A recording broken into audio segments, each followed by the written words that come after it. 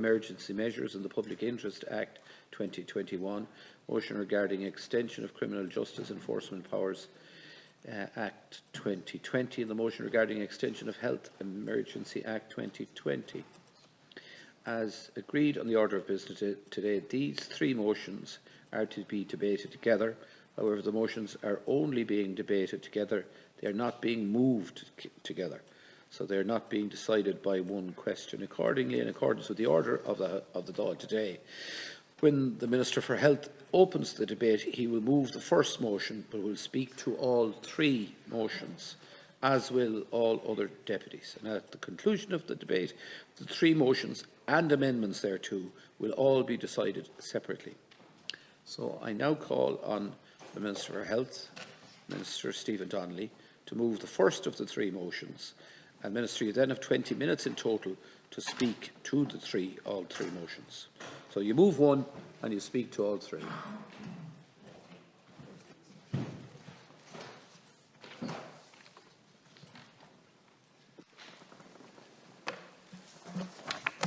Thanks.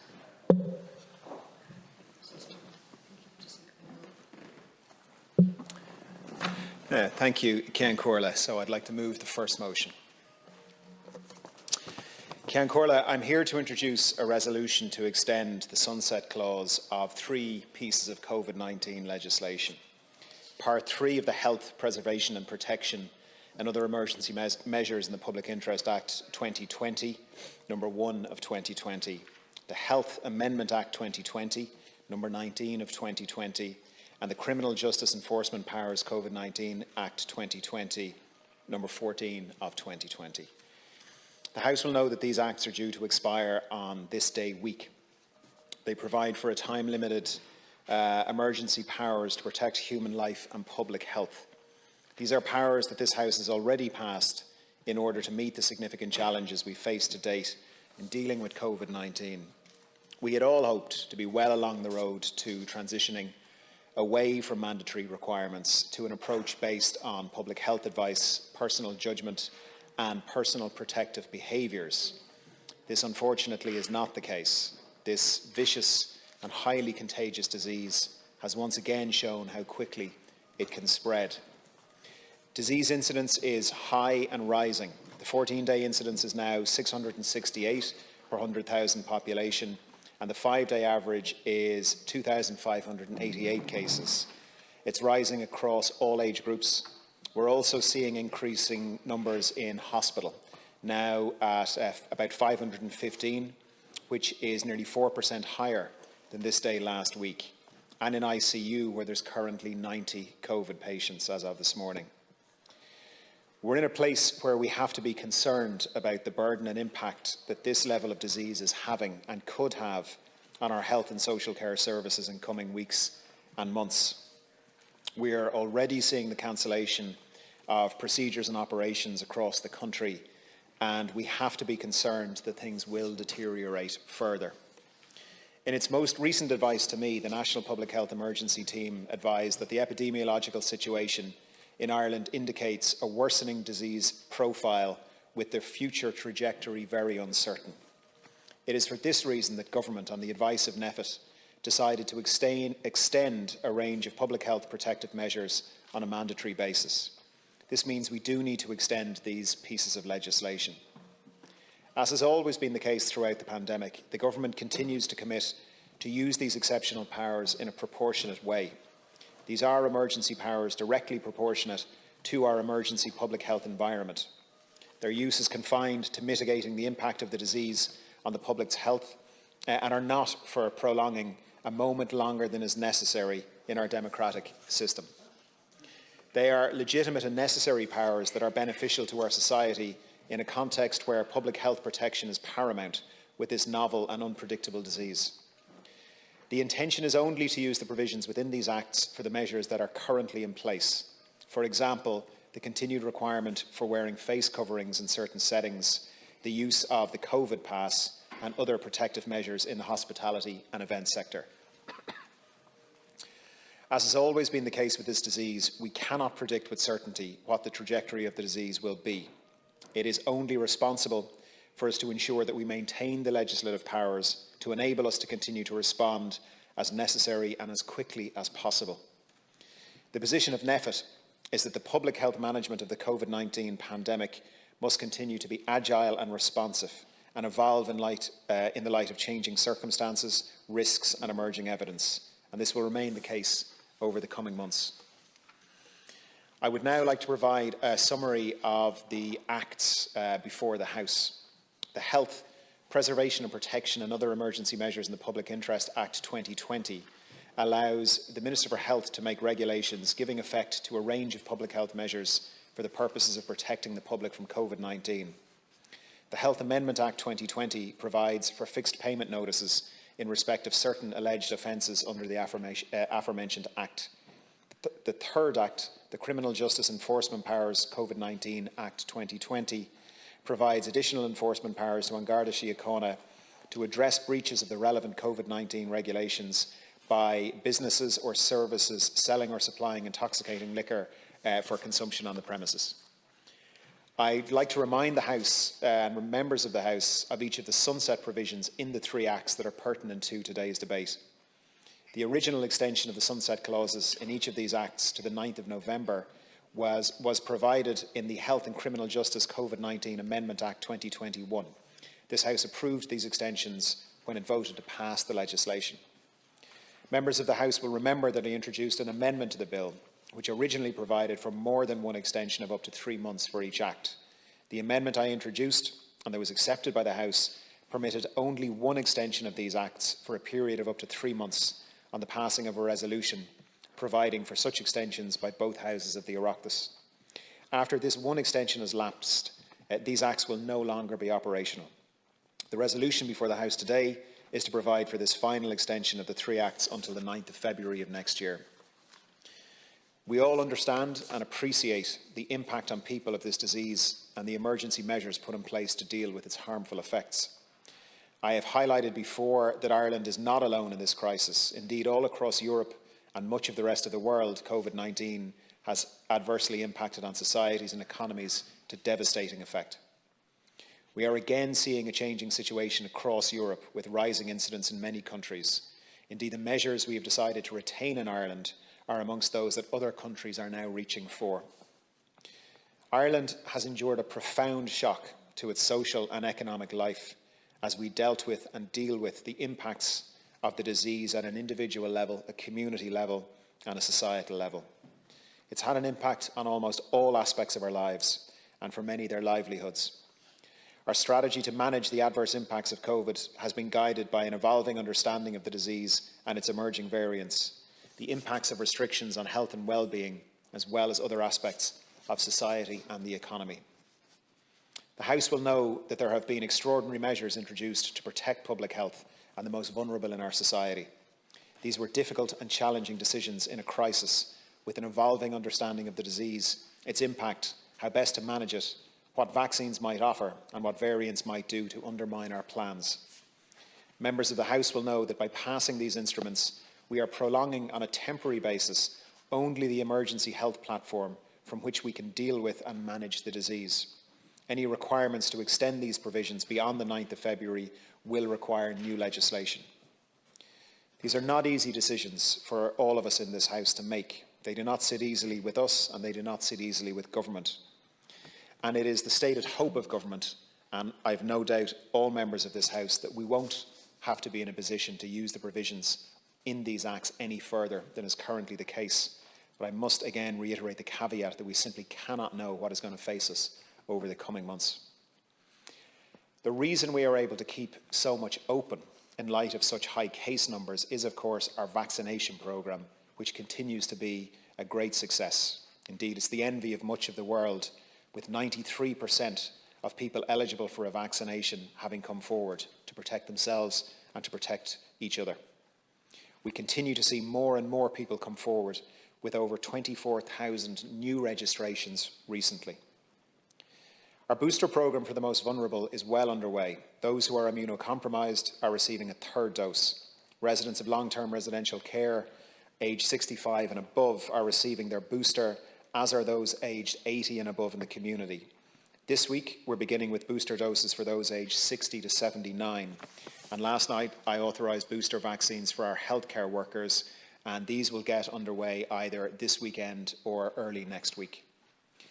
In conclusion, Ceann Comhairle, the continuance and operation of these emergency powers maintains the potential and the flexibility to respond to an emerging COVID threat that could jeopardise public health and safety to unacceptable levels were it to go unchecked. The Government must act with caution to ensure the most vulnerable continue to be protected to the best of our ability. I commend the motion to the House. Thank you very much, Minister. Deputy Cullinan. Margaret, and sharing time, I think Seachta was nodding if he comes in, so I have 10 minutes, I think. First of all, Minister, it's not the first time we've been here where we have come back to see an extension of the emergency powers, and from the outset I'll say that I will be opposing this motion, as I have done previous motions which you have brought forward. And I say that, Minister, and I hope that you accept this. I say that not because I oppose continuing levels of public health measures. In fact, I do, and I support the wearing of face masks, testing requirements, travel restrictions, the passenger locator forms and other measures which are deemed essential to combating the spread of COVID-19. And I accept that some restrictions will need to be maintained, and some public health measures will obviously have to remain in place so long as they are necessary. But I think it's also reasonable to say that circumstances have changed since this legislation was first introduced in the first wave of early 2000. We're in a different place now, Minister. You acknowledge that yourself. And I'm opposed in principle to continuing emergency powers nearly 2 years into a pandemic. I remember the very first debate, Minister, and subsequent debates where you made it very clear these were powers you did not want. These were powers which are and were rightly seen as draconian and only should be in place for as long as they are necessary. And I think the time has come where they are no longer necessary. And what I would have preferred, Minister, is that if you had brought forward appropriate primary legislation today which does not needlessly and unaccountably devolve the powers of the Oireachtas to you as Minister for Health. It is the Oireachtas which makes the law, not the government or departments, and I believe that we have a constitutional duty to protect the separation of those institutions. And I say that, Minister, because time and again regulations have been crafted by you as Minister for Health. Sometimes the regulations have been good, sometimes not so good, and very often there has been a lot of problems with those regulations. We saw the fiasco of the most recent regulations in relation to the reopening of nightclubs. And again, we had meeting after meeting. Every time we thought there was agreement, there was more talks, and we actually had a bizarre situation where for almost a week there was no regulations as the discussions were ongoing. No debate in this House, no democratic accountability, no insight, no oversight, and no discussion with the opposition to any satisfactory degree. And I think that, Minister, is unacceptable. So I think that we need to stop doing that. I think if there's regulations that are substantial, they should come before this House for proper debate, and I'll support the amendment which has been tabled by Deputy Shorthall, which calls for exactly that. I proposed a bill with my colleague Seachta Dail on this very issue, Minister, which wasn't opposed by our government at first stage, where we essentially called for all of those regulations that are a product of the emergency powers that were given to you to come before this House no later than 2 weeks after they were crafted, to be properly discussed and debated, and of course that hasn't happened. This will be the third extension, Minister, of Part 3 of the Preservation and Protection of Other Emergency Measures in the Public Interest Act 2020. It's also the 10th time that the Government have either introduced more emergency powers for the Minister for Health or sought to extend existing emergency powers already in place. And that's not counting the initial acts which we all supported in early 2020. Every time, Minister, we call for more oversight, more engagement and more scrutiny, and every time that's ignored. And we end up then with all of the messing that sometimes goes on, the mixed messages, different things being said by different ministers, various interpretations of guidelines versus regulations and so on, and it all comes back to a clumsy approach by government and a lack of any real engagement with the opposition, and indeed I would say with the public. So I think you devalue this House, Minister, when you continue with the route that you were on. I think you devalue the role of the Oireachtas in crafting legislation and actually having a proper debate, so that where there are deficiencies, where there are a lack of certainty exists, this House can play, as it does, a very important role in scrutiny, in oversight and debate. And we have been deprived that because of these emergency powers, which we agreed to give to the government in the very early stages of the pandemic for justifiable reasons, because we were in an emergency. And everybody accepted that once the emergency was over, then those powers should be scrapped. And yet you're coming here again, Minister, in a completely different set of circumstances, looking for this bill and looking for all of these bills to be extended by a further 3 months.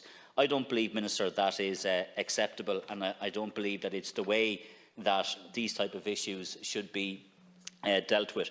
I want to raise a couple of issues, Minister, that you raised yourself in relation to the booster jab.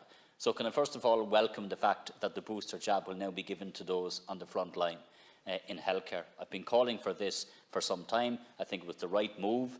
I know NIAC made a recommendation and you've authorised that use. That needs to happen very, very quickly. And we know how difficult it is for those on the front line in healthcare at the moment. Many of them have had COVID, sometimes multiple times. Many of them are out of work, and they are on the front line, the cold face of dealing with this virus. And I think it was the right thing to do, as belated as it was. I also raised with you privately a number of weeks ago, Minister, a difficulty that some blood cancer patients are having in getting their booster jab.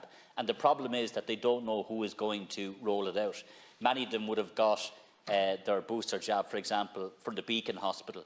They contact the Beacon Hospital and are told, go to your GP. They go to their GP and are told, go back to the Beacon Hospital, and they don't know what to do. And they're simply looking for clarity. Do they have to take any action themselves, or is it something that they will be contacted on? I think that's a reasonable question that they want answered, because they're simply looking for clarity. I also believe that we need to be planning now for the rollout of the booster jab for the entire population at some point. Obviously, NIAC will make a recommendation as to when the appropriate time for that is, and I do understand that we have to make sure that we also play our part in making sure that the rest of the world and developing countries also have access to the vaccines. But it's prudent that we start planning now for the rollout of the booster jab, I think, for the entire population.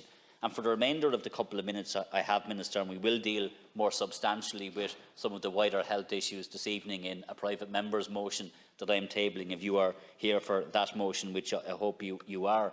But I have to say to you, Minister, that what's happening in our hospitals at the moment is absolutely shocking. And when you talk to people on the front line, they are beyond exhausted. I have never seen anything like it. When you're looking at what's happening in hospitals like Limerick and Sligo and Kerry and Galway and in other parts of the country as well, where overcrowding is at record levels for this time of the year. The sheer volume of unscheduled care which is hitting those acute hospitals is forcing them again to have to cancel unscheduled care, and not just electives, but we're seeing some hospitals have to cancel time-sensitive care as well. That had to happen time and again during this pandemic, and we all know the consequences of that, with a huge amount of built-up miscare that has to be caught up on. That's in part why we're seeing a lot of presentations now to emergency departments. We're seeing people present in greater number, but they're also sicker in presenting, because a lot of them are people who maybe didn't get the level of care that they should have got because of all of the measures that had to be put in place in hospitals during COVID. So it's a really, really difficult time period. We've over 500 people a day on average now in hospital trolleys. And those on the front line are wondering what's going to happen for the rest of November as it progresses for December and January. Many of them talk to me about moral injury, that they can't take a break, they can't take annual leave, because the pressures they're being put under by hospital management to stay for as long as they can, because of the sheer volume of work and the sheer volume of patients which need to be treated. That simply isn't sustainable. It is not sustainable. And I said this to you as far back as the summer, as far back as June. I was saying that we needed to prepare for the winter and what was coming at us, because we could potentially have a change in the pattern of COVID. We could have the flu with us, and we also have as I see it now, more people presenting with respiratory illnesses and other illnesses into our emergency departments. We have real problems with GP access, out of hours GP access. Many people can't go in and can't get access to a GP in their surgery, which is also forcing more people into emergency departments, which probably shouldn't be there. And it's a perfect storm. And it's hit the health service, and the people who are the victims are patients on the one hand left on trolleys, are now having their care cancelled, or those on the front line who've had enough. And I really have to say that to you, Minister, today, that something has to happen and a real plan has to be put in place. I don't have any faith in your waiting list plan. Forget about it. What I've seen from your waiting list plan is not going to work. Wait times are going to go up because electives are being cancelled and procedures are being cancelled. So you really need to fundamentally look at doing something profound and something urgent to address the real crisis that we have in our hospitals. Thank you. Ara, for asking this House to grant you the power to make up restrictions and regulations as you see fit for another 3 months. This is the 10th time since the emergency powers were first agreed to deal with the immediate challenges posed by the onset of the pandemic that we're being expected to renew the blank cheque and suspend normal parliamentary oversight. That's as the public sees it, and it's borne out by the chaotic scenes re the live events only last week and again the week before. We're being asked to sign off on regulations we've not seen. Last week, business and workers in the live events and nightlife industry were expected to comply with regulations they had not seen and had no advance notice of. That's the joke. This is a joke. It makes a mockery of the whole notion of the rule of law. Ministers are placing themselves above democratic oversight and where people are expected to abide by laws before they even have a chance to read them.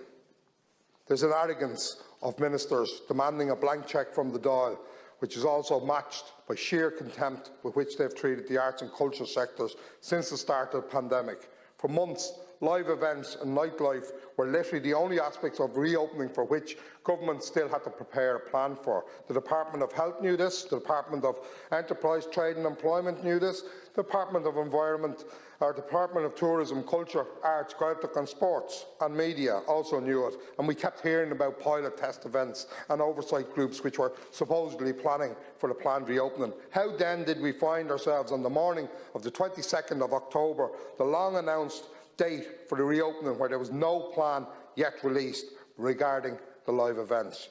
Only late in the afternoon of the reopening date were guidelines issued, and none of these were backed up by legally binding regulations. And we know that the Attorney-General has helpfully explained the distinction between advisory guidelines that don't carry any weight and legally binding regulations back when the Taoiseach needed to be rescued from the cronies dinner that he had with others in the Merrion Hotel. Yet again, government was trying to blur the line between what is law and what is advisory to cover their own failure to plan. Many clubs still had to simply refuse to open on the 22nd because the government had let them completely in the dark of what was required on that date. If this isn't bad enough, the same happened last week. Regulations that were meant to come into effect on October the 29th were only published that day. Yet again, many businesses simply could not reopen. That meant people were laid off, workers not getting a night's pay, almost 2 years after the dreams of reopening were crushed again.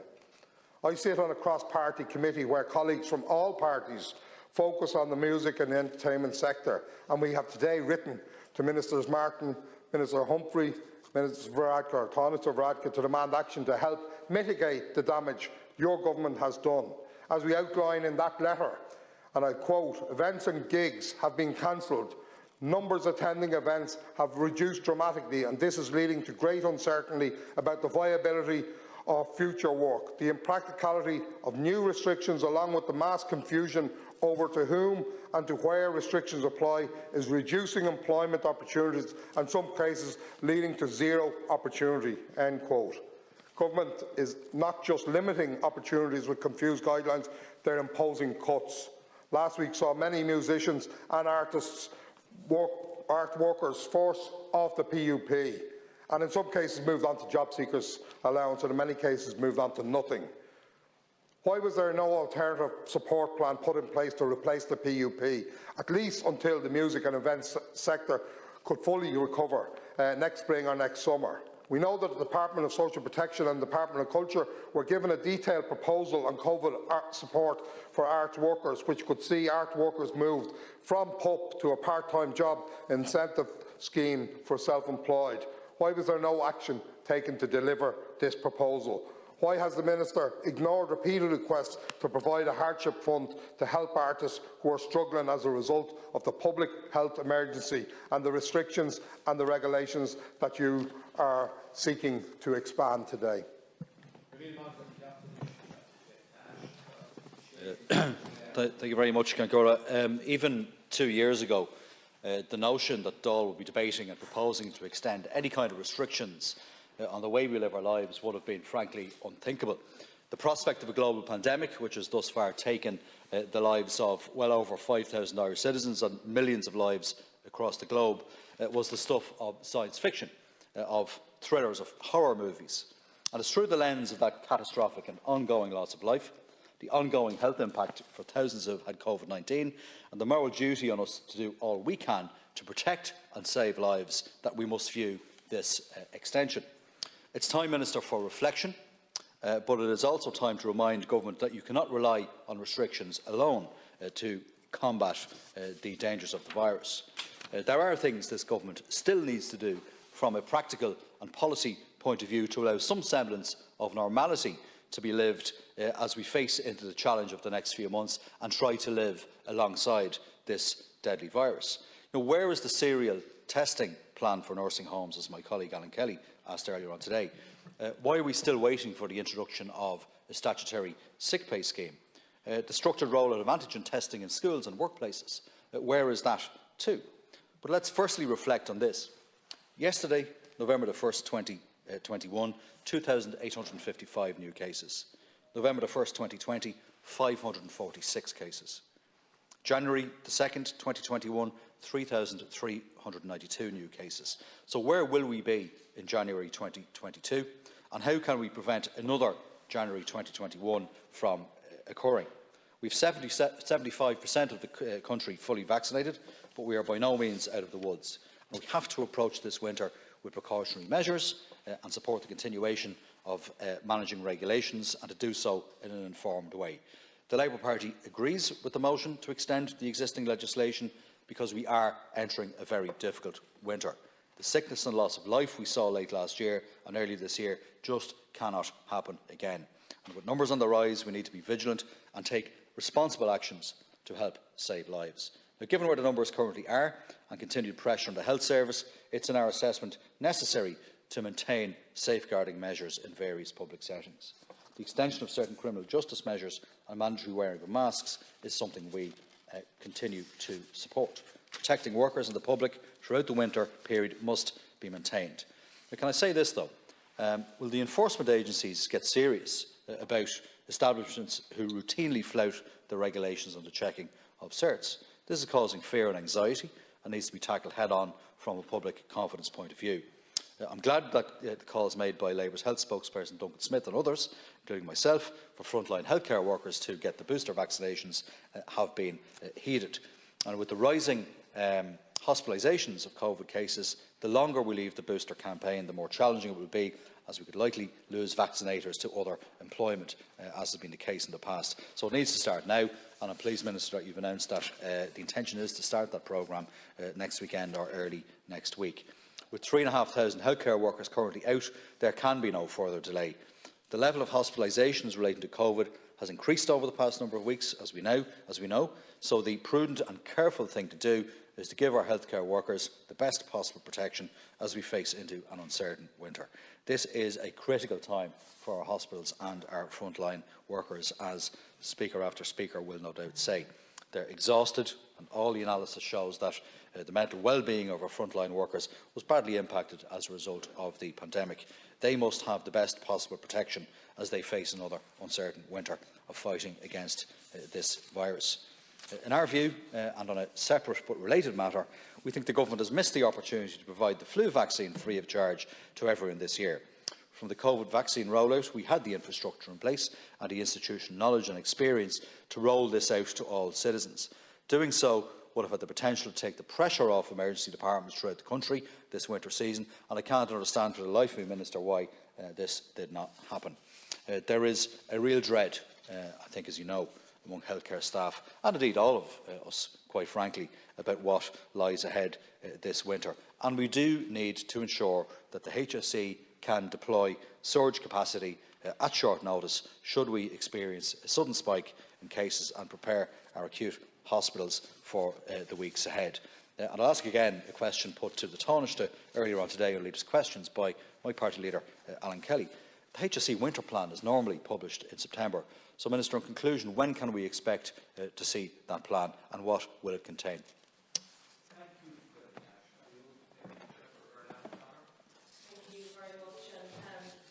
Minister, we're far from being out of the woods yet, and just yesterday the Department of Health confirmed 2,855 new cases of COVID-19, which is very worrying. 515 people in hospital and 91 of these in ICU.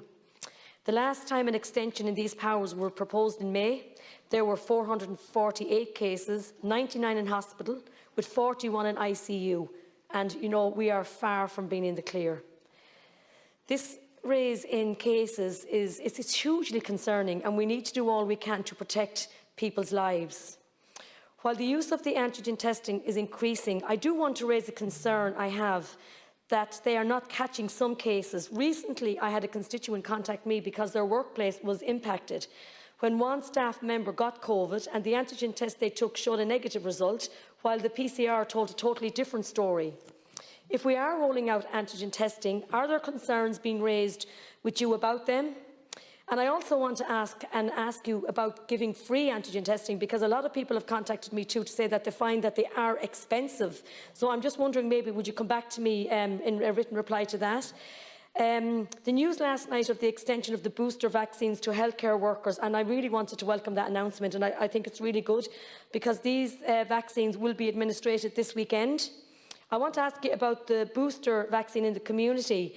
I had a lot of calls on the booster vaccine for the over 60s, but there is a little bit of confusion on the issue about the timeline. When will this be happening? And also, I suppose, Minister, about communication, because I know how hard you and your department are working, but I always just feel that we fall down in communication. So I would ask that communication be given out, whether it's through, whether you put it on papers, whether it goes on media, whether it's through the doctors, and I know how hard the doctors are working, but I would just ask you about communication. I still feel we're falling down there. I also feel it's so important that we take a minute to applaud the vaccinators. I mean, look, everybody has gone for nearly 2 years now. It has been extremely hard on people, and I think it is important that we do recognise the hard work that is being done.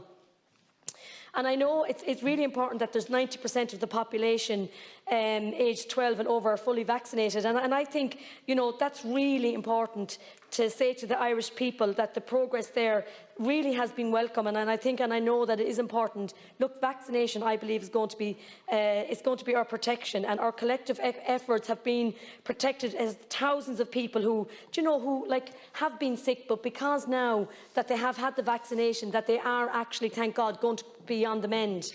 However, as of the 27th of October, a total of 5,436 COVID-19 related deaths has been reported in Ireland. There were 67 deaths notified in the week up to the 27th of October. And Minister, these are mothers, fathers, brothers, sisters, sons and daughters, and each life needs to be mourned, and every family has been affected in some way, and you know, it's so hard.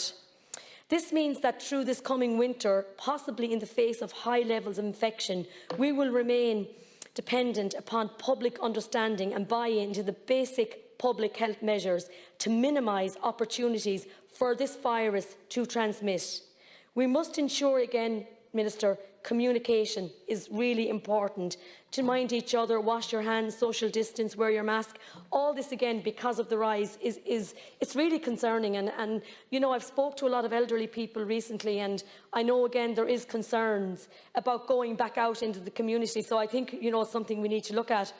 But I want to ask you about ventilation, particularly in schools, because I know that schools in Carlow, they've exhausted a lot of recommendations to increase the ventilation, and still the CO2 monitors supplied by the schools, by the department, are recording inadequate levels of ventilation. And I'm just wondering, what is the update on this? I did address this to the Taoiseach the week previously, and I'm just wondering, what is the update on that?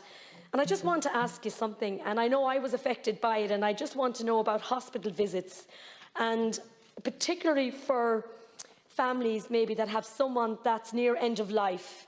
And because I understand we have to be very mindful of, you know, our staff in the hospitals and patients in hospitals, but if you have someone that you know is coming to end of life, there has to be a compassionate grounds there on visiting. And it's not there because, as I said, I've gone through this myself, and I would ask you, Minister, that you would look at compassionate grounds, particularly for families that have someone in hospital that's near end of life.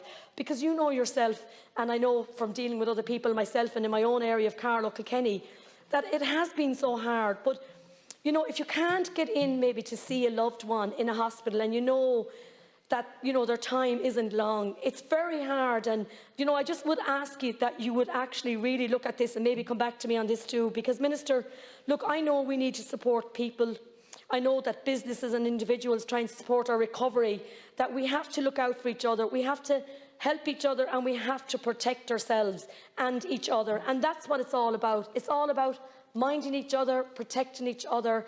And, you know, hopefully in the maybe early next year, or hopefully by then, that we will see changes, because, you know, it is very hard. I find myself from working in the community now and trying to get back to normality, as much as normality as we can.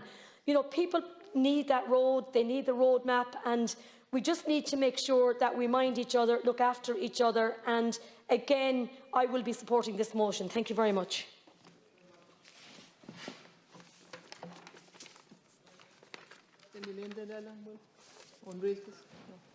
No. Okay, ich habe die Ruhe America.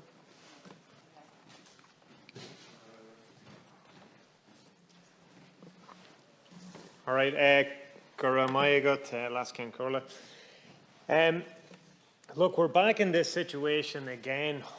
I think, look, we probably all bore ourselves at this stage with saying that we accept that this situation as regards the pandemic is going to continue into the future, that we are still in an incredibly precarious situation. I think that many of us have probably enjoyed, for the want of a better term, the reopening of certain events. We are now obviously looking at everything with trepidation as regards to numbers, but the situation has continued, particularly in hospitals, in a really, really bad set of circumstances. And we're talking about situations where we have staff that are out, we have staff that are under severe pressure, having been through unreal pressure for a significant amount of time. I believe, obviously, the fact that we have the rollout of boosters for frontline staff is absolutely necessary. I think we all recognise that. There's probably an element of we probably hoped that it would have happened earlier, and we just need to make sure that there are no hiccups in relation to the rollout, because any mitigations that can all be operated, particularly in relation to those that are working at the coalface in medical care, it absolutely needs to be done. I do believe that we need that, I suppose, wider roadmap in relation to booster vaccines. I suppose a timeline and a roadmap. I think it goes without doubt that we have to try and ensure that we have a flu vaccine campaign as strong as it possibly can be, because we know that we're almost in that situation of the worst of all worlds, in the sense of we're going to have COVID. We obviously have those people who are now presenting possibly with respiratory disorders, but also with many other disorders and other illnesses, some of which have been exacerbated by people not presenting during COVID. So we really need to make sure that all due diligence is done and that everything is done from a point of view of ensuring safety in our hospitals. And look, we've said it many times before, we think there has been a failure to deal with the capacity that should be there from a point of ICU and HDU and all these other requirements. And that is obviously going to lead to difficulties at this minute in time. But that's also accepting that we need to do everything from a point of view of reducing that pressure. Now, at the same time, I think we are all fed up to some degree of coming back and enacting emergency legislation. I think there's an absolute need that and we all accept that there are certain, I suppose, there are certain mitigations, there are certain guidelines, there are certain rules, there are certain ways we need to live our lives into the future, whether we're talking about masks, whether we're talking about all those precautions that we can all do on an individual basis or on a group basis, and that we really need to look at something closer to primary legislation rather than the continuity of emergency legislation. We need rules to be dealt with in here. We need an over and back in relation to the rights and wrongs, and we could possibly deal with some of the anomalies that have occurred through the many levels and many reopenings. I think that's what needs to be done rather than just this continuity of emergency legislation. Now, in the wider field, obviously, of health, outside earlier, a number of us would have been at the INMO protest. Obviously, there was a huge amount of students there also, given the fact that we're still dealing with the issue of student nurses and midwives' pay. I think that their call in particular, obviously for movement, I know there's the possibility of movement in relation to first years, but we need greater clarity in relation to first, second and third year. And I think that the report in relation to pay and allowances needs to be published as soon as is possible. I think that is their ask. I think it would be remiss of me as well, Minister, not to bring up the fact, as we deal obviously with the issues of the pandemic, we're beyond a year of you having engaged with some of the Jalgan families, and you did say that they need a mechanism in relation to providing truth, and I think that they need an answer as soon as is possible, and my view is a public inquiry is the only thing that will work in that case.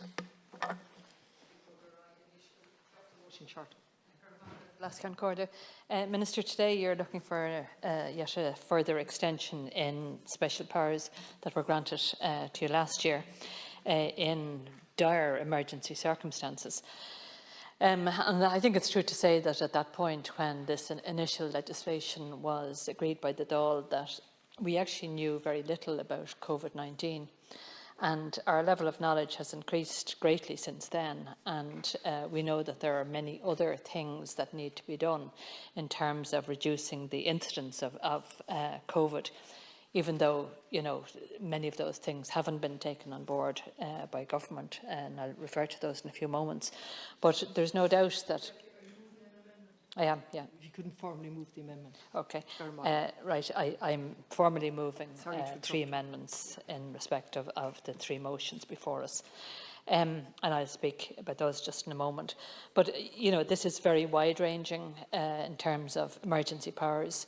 It gave you more or less carte blanche to introduce whatever regulations were deemed necessary. And while, you know, people were prepared to do that in the very difficult circumstance, the emergency circumstances last year, the situation has changed somewhat.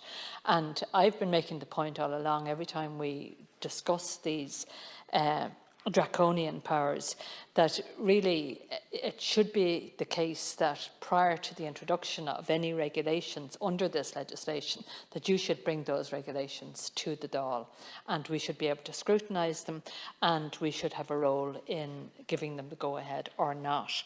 And I think the experience has borne out the wisdom of that kind of approach, because there's no doubt there have been occasions when the introduction of regulations can only be described as being chaotic. And for example, the enforcement regulations of the Gardaí, where, you know, Gardaí were being told to go out and enforce these before the regulations were actually passed, at a time when there was no training for the enforcement of regulations. There was no publicity for them, there was no briefing for members of the House or anybody else in relation to them. And very often, you yourself, Minister, or other ministers weren't actually au fait with the provisions of those regulations. So you were given a blank cheque. I think that was wrong. And as I say, the regulation should have been brought back before us, because what you have done and what you're proposing to continue doing, has very, very wide-ranging implications for people's fundamental freedoms.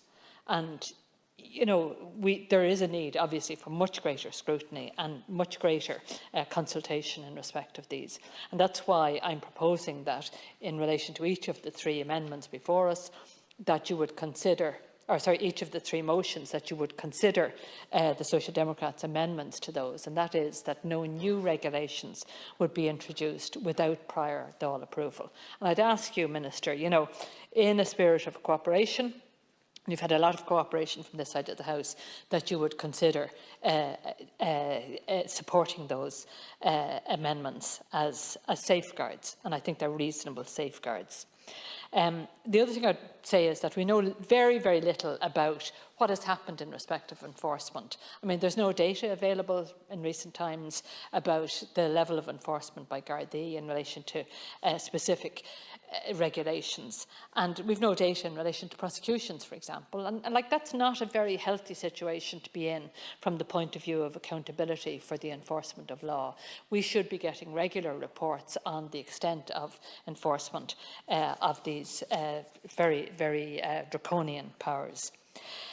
I also want to say then, Minister, in relation to the current response to what's happening in respect of COVID, I want to express grave concern about what's happening currently and the government's response. NEFIT have said very clearly in their most recent letter that since early October, case counts are following the pessimistic scenario. And they made projections in their letter a few weeks ago that what was likely to happen during November was that case numbers would be up around 2,500 to 3,000. We're up at the top of that. We're up at the top of that scale or range in October. And case numbers are continuing to rise. Very concerning numbers in hospitals, very concerning numbers in ICU. And of course, apart from that, the implications of that downstream in terms of the cancellation of essential surgeries, cancer care, heart surgeries, and a whole lot of others are being sacrificed. So the costs involved in that are, separate to the cost of COVID and people who have COVID and are in serious condition. There's a massive cost being paid by other people who are being denied access to regular health care. And that has to be a matter of real concern. But my concern here is that, we have numbers going in a particular direction, in the wrong direction. And I can't see anything that you're proposing to do, Minister, that is going to change the direction of those very worrying figures. You're talking about the figures are likely to plateau at the end of November. I don't know what that's based on. Why will they plateau? And what if they don't plateau? There seems to be a very significant element of wishful thinking on the part of government here, Minister. And you're repeating the mistakes of the past where you're relying almost exclusively on vaccinations. And while it's great to have vaccinations and great to have boosters, they will not solve the problem on their own. Obviously, the other measures have to be prioritised. You continue to ignore the critical issue of ventilation. You continue to put children who are in schools in a situation where the critical issue of ventilation is being ignored, equally in relation to hospitality, equally in relation to the workplace. If you continue to do that, Minister, the figures are going to continue to rise. And that is just unacceptable on any level. So stop the wishful thinking. Start doing the things that we know work. And I want to quote finally Orla Hegarty in what she says. Tools of prevention are well understood and available. many at no cost. Why aren't we using those tools, Minister? Thank you, Deputy. Deputy James O'Connor. And Minister, look, thank you very much for being here in Dáil Éireann today. I suppose we are here essentially to discuss the potential further extension of the emergency powers that were enacted to try and protect people from contracting COVID-19 and to deal with the ongoing crisis that faces the country and indeed internationally. I want to say from the outset here, Lasceann Comhairle, that it's important to acknowledge the extraordinary efforts of healthcare workers all over the country, people who have been working on the front line of the COVID-19 crisis in different sectors, and particularly, may I mention, on Garda Síochána, the HSE, in relation to hospitals as well. And I think that has to be acknowledged from the outset. But we are in a very precarious position, as has been stated by some responsible deputies here, and I listened carefully to the debate over the last hour. I'm not sure I'm entirely happy with what I've heard from some opposition members around the government's measures. But above all else, I think there's an acknowledgement by every member of Dáil Éireann that lockdowns are a horrifically blunt instrument that we do not want to see. We are all aware of how much damage it does to people's mental health, to their well-being, to the economy as well, which I think has been one of the lesser topics of importance around COVID-19, which is welcome. It's all about people's health, and that is only right. But I do want to say that from the outset, as a TD that has continually supported the measures that have been brought forward by you as Minister for Health and by Government. I've done so on the basis that I think it was in the best interest of the situation that we found ourselves in. And I don't want us to be back in that situation again. But that's outside the control of every politician in here. And I'm far from an expert, and I certainly generally look around Dáil Éireann, and there's very few people in here who are qualified in areas with specific knowledge in epidemiology and in medicine as well. But I do want to say that from the outset, that it's important for us to listen to expert advice, which can be contested and which is not always right. But I would like to make a couple of points which I think are quite important. Minister, as you're very well aware, in terms of tackling the COVID crisis, one anomaly that we've had here in Ireland, is something I've raised very frequently as a member of the Oireachtas Transport Committee, was around NPHET's hesitancy on antigen testing. I want to say point blank that was an enormous mistake. I say so because I've travelled a little bit of Europe in the last while, but it's been safe to do so, primarily for reasons of work. And different countries you go to, there's a very open attitude towards antigen testing. And I think, the benefit of hindsight is great, but it was very clearly spelt out by many different experts that antigen testing had a very significant role to play in trying to limit the spread of COVID-19. And it's unacceptable that we've waited up until now, really, to try and roll out a proper state-backed antigen system. And there are flaws with it. My own area at the moment, unfortunately, we have very significant and concerning outbreaks of COVID-19. Concerningly as well, seems to be a lot of younger children at primary school level seem to be the source of many cases, from my own information, Minister. And one thing I want to say very clearly, and I think it is something that will save lives, so please take this point away if you don't listen to anything else I had to say today. I'd like you to listen to this, and that is that you need to speed up the speed at which the HSE will send antigen tests to houses. I know for a fact from multiple cases locally that they have been waiting for an unacceptable period of time from the point of contact in terms of getting a phone call in relation from the HSE and contact tracing to antigen tests being posted out, and I'd ask you to fix that and put your shoulder to the wheel on that particular issue, because it will save lives. I think that's very, very important. Something as well which I think is very, very important for the next number of months is that I think there needs to be a conversation had, an open conversation, a cross-party conversation with the Irish media in relation to communicating the international situation around COVID-19. As bad and all as it has been in Ireland, and it has been bad, it has been extremely difficult for all age groups in society. I speak here as one of the younger members of the Oireachtas. It has been exceptionally difficult. But we have to put things into a degree of perspective as well, because internationally, COVID cases are going in a concerning trajectory. I'm looking at the latest data, I think was coming from Israel, that seems to show some glimmer of hope around the effectiveness of the booster shot. But I would like to see a better focus, whether it is once every 2 weeks or 3 weeks, that there was some type of a briefing given to people on what's going on in different countries. Everybody's so busy with their own lives, and I don't blame them. People are working, they're raising families, they're up the walls with their own lives. But I think it's important for public buy-in to what we're trying to achieve, which is trying to limit a major outbreak of COVID-19 in the country, preventing ourselves from going back into another lockdown, using the legislation that we're in here debating I think that's going to be quite important in the next number of months. Because above all else, the damage it does, and there's no questioning the damage that it does, is quite important. Like only yesterday, I think we saw 2,800 cases, over 2,800 cases. There were around 500 people in our hospitals being treated. One could argue we've yet to see the full extent of even winter flu and other pressures that generally come on our health system in the winter months. And I think that's an important point that has to be made. And Minister, if we are going to get through the next 12 months, hopefully with a situation where COVID will be behind us, it's kind of, I would have thought at this stage that would be the case. Unfortunately, it is not. I think building resilience in our healthcare system as well is going to be quite important.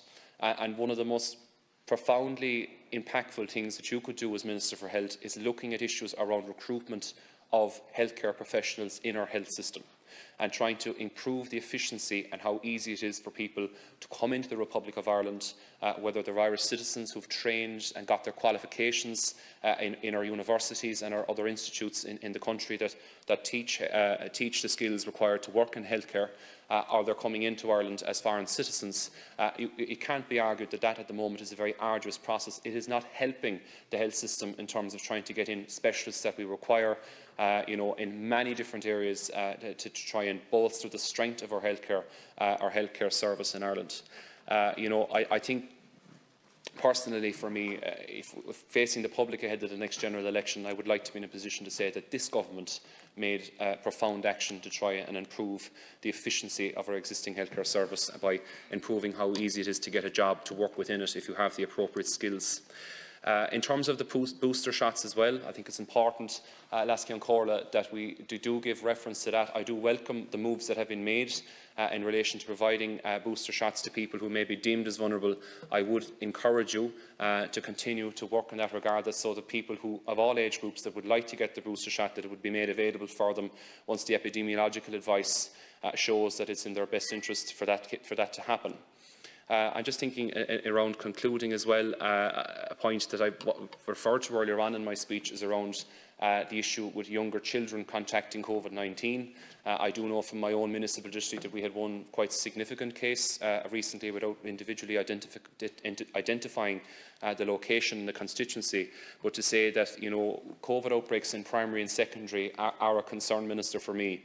And I had the opportunity to engage with people who've been working, and just to acknowledge lobbying in some cases to see, I suppose, the introduction of some type of air purification systems. While I'm not an expert on that point, I think it's a point that's worth making.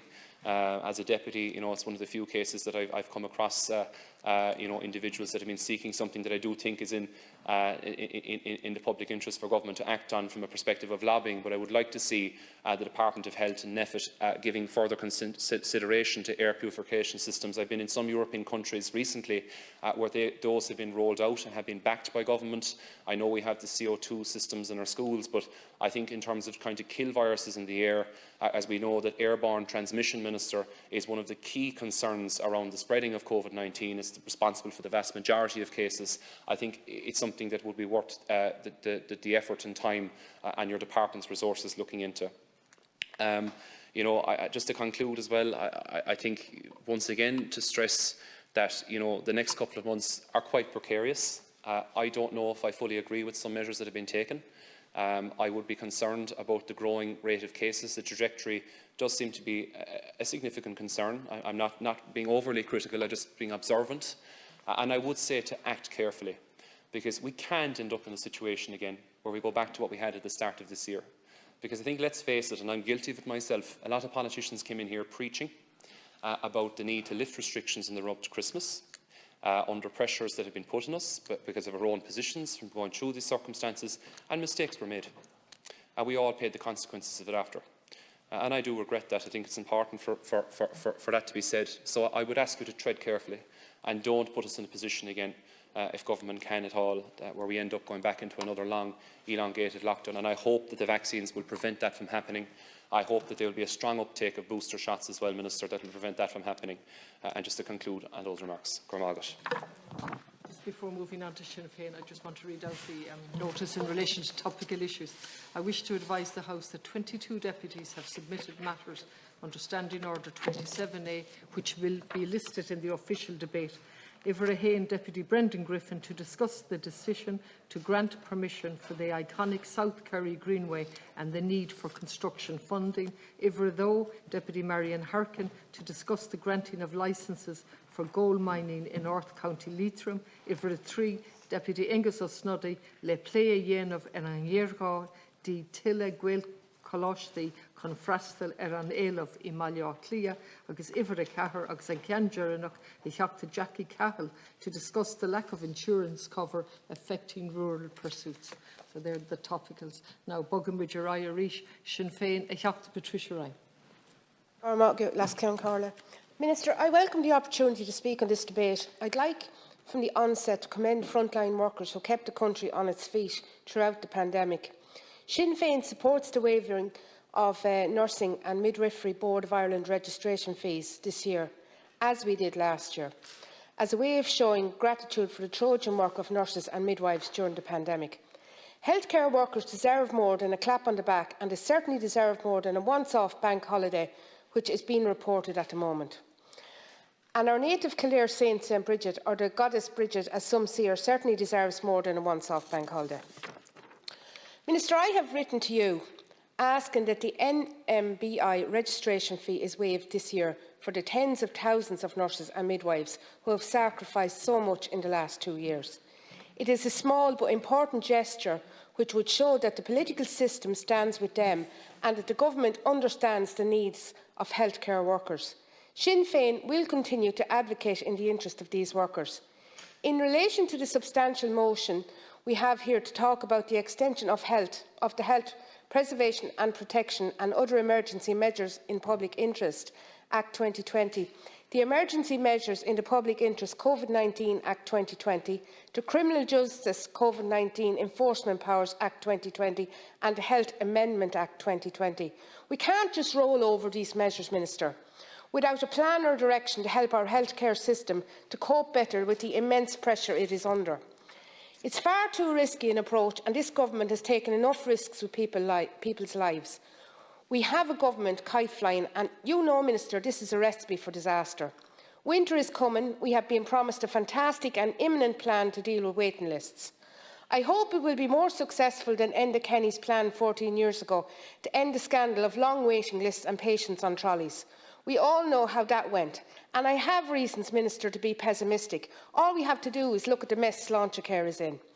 As a constituent of mine was due to have an operation a few weeks ago, but it was cancelled at the last minute, the man has been on a waiting list for 7 years.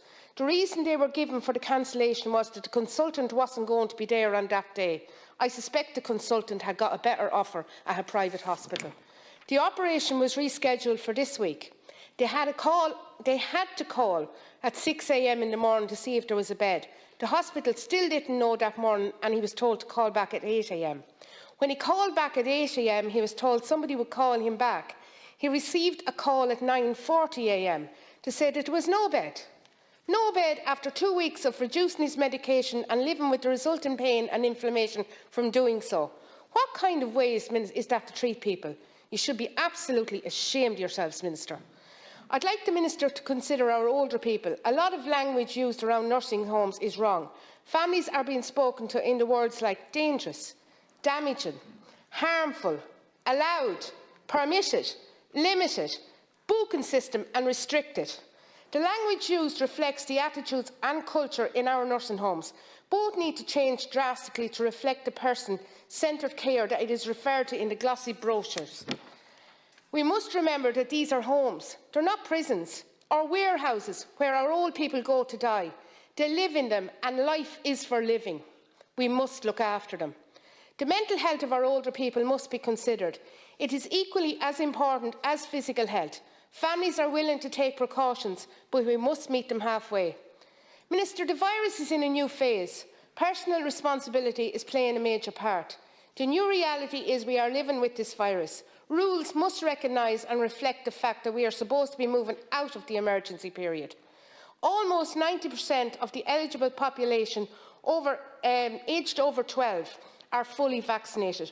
We need measures that reflect where we are and where we are going. Garv Matagut. Solidarity, people before profit. Ich habe Paul Murphy. Deputy Barry. I think it's 5 for me and 1.5 for Deputy Barry. There's 6.5 in total, so Yeah. you're down. Sorry, 4 and 4.5. Sorry, my maths were wrong. That's me, not. Yeah, I want to make a few different points in relation to COVID, but on the particulars of the repressive powers which the government proposes to extend now, we're opposed to those repressive powers, and we're opposed to the extension of those powers. I think it will be very striking for people to compare the approach of the government to extending significant restrictions on civil liberties to their approach in terms of protections and supports for ordinary people. So the government has already cut the PUP by €50. There's another cut for the PUP coming down the line on the 16th of November. The bans on evictions, the bans on rent increases have already been removed, and we still don't have mandatory employer sick pay nearly 2 years into a pandemic. It shows the priorities of the government and their approach in terms of keeping these repressive powers. Again, the contrast between the reopening of indoor nightclubs and the maintaining and extension of powers to ban and criminalise protests outside, when we know that the risk of transmission in an outside environment is minimal compared to the dangers of indoor environments. Again, the priorities of the government and their approach in terms of civil liberties is quite clear. With this, yet another extension of restrictions on civil liberties, in the context when the government is talking about the need to live with COVID at very high levels, like we're seeing at the moment, very high daily case levels which are increasing, it poses the question, will the government ever repeal these repressive powers, or are they likely to be permanent? All of the repressive powers we have in this state, special criminal court, for example, were introduced at particular moments of time for particular emergencies. The same applies internationally in terms of the Patriot Act in the US and other legislation post 9/11 or in Britain post 7/7. Is the government planning to bring in more restrictive regulations in the near future due to its failure to deal with the current wave? There is a broader point here about the approach of the government to rely on the one hand on repressive powers, but then on the other hand, as has been interestingly referred to by a TD on the other side of the House already, kind of lean and sway with the latest demands from business lobbying organisations and concede regardless of public health demands at any given point. We need to understand that it's clear, and it was acknowledged by the experts in advance, that while vaccines are absolutely crucial to fighting COVID, and everybody needs to be encouraged to take vaccines, they are not a silver bullet. And so to protect Christmas, to mean that we're not in a situation of a so-called meaningful Christmas again, to prevent future lockdowns, we need a vaccine plus strategy. We need vaccination, we need ventilation, and we need vastly increased amounts of testing compared to what we're currently doing. For over a year now, People Before Profit has been pushing for proper focus and investment on ventilation in our schools, in our offices and our hospitality settings. It's those indoor settings where transmission is taking place. But the government has completely refused again and again and again to take action in relation to this. Instead, the government has actually cut back on these services. You still have a situation today where there is no legislation about ventilation. It's a crazy situation where this is a virus which is primarily carried in the air, that we don't have legislation about the right of workers to have clean air, the right of workers not to work in environments above 900 parts per million of CO2, or in circumstances where that's not possible, with HEPA filters to ensure that COVID is not circulating. And that brings me to the crucial question of the schools. We agree that schools need to remain open, but you shouldn't sell the lie that schools are safe, that schools aren't a place of transmission. It's patently not true. You should say clearly schools need to remain open. That's vital in terms of our society. But then you have to put the supports in. We need HEPA filters in every single classroom in the state, as exists in parts of Australia. In Ireland, we don't even have a single air purifier. We need to return to contact tracing and testing instead of continuing to turn a blind eye to what's happening. You can't fight COVID on the cheap. Deputy McBarry. COVID-19 will be with us forever, so said the Taoiseach last week. So, do the government want the COVID emergency powers to be with us forever too? There were serious civil liberties issues involved in introducing these powers in the first place. That's why I voiced my opposition to them in the very first Dail debate. But today there are serious civil liberties issues in just rolling them over every 3 months, as you seem intent to do, Minister. To take just one example, we were told that the COVID passports would stay in place until October, the vaccination passes. The government clearly now see them as being in place for the whole of the winter. So, is it your intention to keep these arrangements in place on a semi-permanent basis? To be clear, I am a strong supporter of vaccination. I appeal to all who are unvaccinated to get vaccinated. But there are clearly civil liberties issues in keeping such an arrangement in place indefinitely and at a time when alternative strategies, for example those which might involve antigen testing, are available. This is a debate we will clearly need to return to. I will be voting against the extension of these powers. That's not to say that if a crucial issue comes up and there's need for legislation on a case-by-case basis, for example, I'll have no problem voting in favour of extending the eviction ban indefinitely and extending the rent controls, rent freeze indefinitely. But the powers as a whole, extending them, no, I'll be voting against. Thank you, Deputy. Now, Oireachtas on Oireachtas, Oireachtas Bernard Durkin. I have to say that the byword from this debate so far, I think, comes from Paul Murphy, Deputy Paul Murphy, who said, "You cannot fight the virus on the cheap." I have to say, Lascan Corla, where was he for the last 2 years? This hasn't been on the cheap, because measures were taken by government that had to be taken by government in order to protect the health of the people. And if they didn't do that, they would have been grossly irresponsible. And I think that the measures that were taken in good faith and in measure required at the time to deal with an issue. The extent to which it might go was unknown. And other countries have had the experience, in Australia and New Zealand, of total extended lockdowns of a far greater duration than anything we've had here, and have had to go back again and again. And not only that, but in several European countries the same.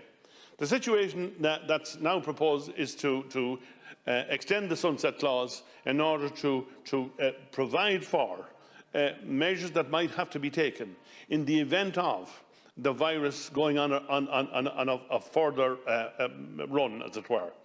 And I would have to say this: I think that that's the right decision. I think to avoid making that decision now, or to avoid the signs that are already clear to all and sundry, that the virus is on a revival, that the numbers are increasing, the trajectory is going in the wrong direction, and in those circumstances, the consequences of doing nothing are far, far greater than any consequences that might arise from the extension of the sunset clauses. So I therefore strongly support the proposal at this stage, and I would have done so in any event in the Health Committee in the event that this didn't take place today. I would have to say this, that I believe that the Minister and the Government have done the best that could be done in very, very challenging circumstances. And there will be more challenging circumstances in the weeks and the months ahead and throughout the winter months. And I would say that, in addition to what has been done, that every effort be made to respond as quickly as possible to the emerging situation as it emerges, and not to wait to allow the virus to get a grip, to become established. The theory would be that at the present time, the 90% of the people having had their vaccinations, and a number of people obviously who have had the COVID previously, and that the combination of which would be sufficient to create sufficient resistance to the virus, and as a result of which it would wane. That can still happen. That may still happen. And the weeks ahead of us will be crucial, because as the effect of the extent of the vaccinations continues, as the effect of the measures that the public can take under this proposal, which is the same as we had for the past 6 months or 2 years, and that we can delay it, as it were, in order to allow the situation in terms of natural resistance to develop. If that doesn't happen, then other measures may have to be taken. But we must recognise that it's not going to just disappear. This virus is not going to disappear. It's going to be here for a while. So we're going to have to work with it and do whatever can be done to reduce its impact on our society and our freedoms and all. Nobody wants restrictions. Nobody wants restrictions. Nobody wants to have a Christmas other than a normal Christmas. But as we know from a year previous to this, from last year, that when we ran into a situation whereby everybody was fatigued, everybody wanted relaxation of restrictions, and rightly so, and understandably so. But it wasn't the time to do it. Sadly, it wasn't the time to do it. But that risk was taken. We all took that risk together. And we were wrong, because the virus marched on, surged on, and still continues to this day. So the lesson that we must have learned in the meantime is this, that it does have the ability to surge again and again and again. And because of that, then we have to attack it with every possible means available to us. And I think other speakers have referred to air purification systems. I have spoken about this myself on several occasions in the House. I think in indoor situations, their use should be urgently considered to make sure. And incidentally, these particular devices are very, very effective, are capable of eliminating 100% of the virus in any given situation to which where they relate actively to the square footage of the rooms concerned, the indoor space is concerned, and they do work very effectively. So I think we may have to resort to their use as well. And my query to the Minister would be, and my suggestion to the Minister would be, that it be done sooner rather than later. Try to investigate the impact they're likely to have in early days, rather than having to do it at a later stage when the situation is much more serious and damage has been done in terms of overcrowding to the extent that it makes the hospital system very difficult to work. And incidentally, I appreciate fully the difficulties now arising and presenting, and we have a winter plan about to become available, and we have the challenges of that. We also have the ongoing situation of where and a lot of people seem to forget about this. I've been a member of this House for more than a couple of years, and during my time in this House I have had so many advices from people who said, you know, we had too many hospitals, too many hospital beds, too many consultants, too many GPs, too much of everything. In actual fact, the reality was we didn't have sufficient of anything, and a proper build-up of the requirements should have been considered years ago, but there were medical economists, or whatever kind of economists we want to talk about, had other views, and their views were taken on board to the extent that we now have a deficiency of accommodation, a deficiency in terms of numbers of nurses, a deficiency in the number of consultants, and we now have to wait and try to address it in the middle of an emergency, which is a crazy situation and should never have occurred. So I would say, Alas Corla, that there are lessons to be learned from this. And again, we've all referred to this in many, many occasions in recent times, where the demands have become greater. Why have the demands become greater?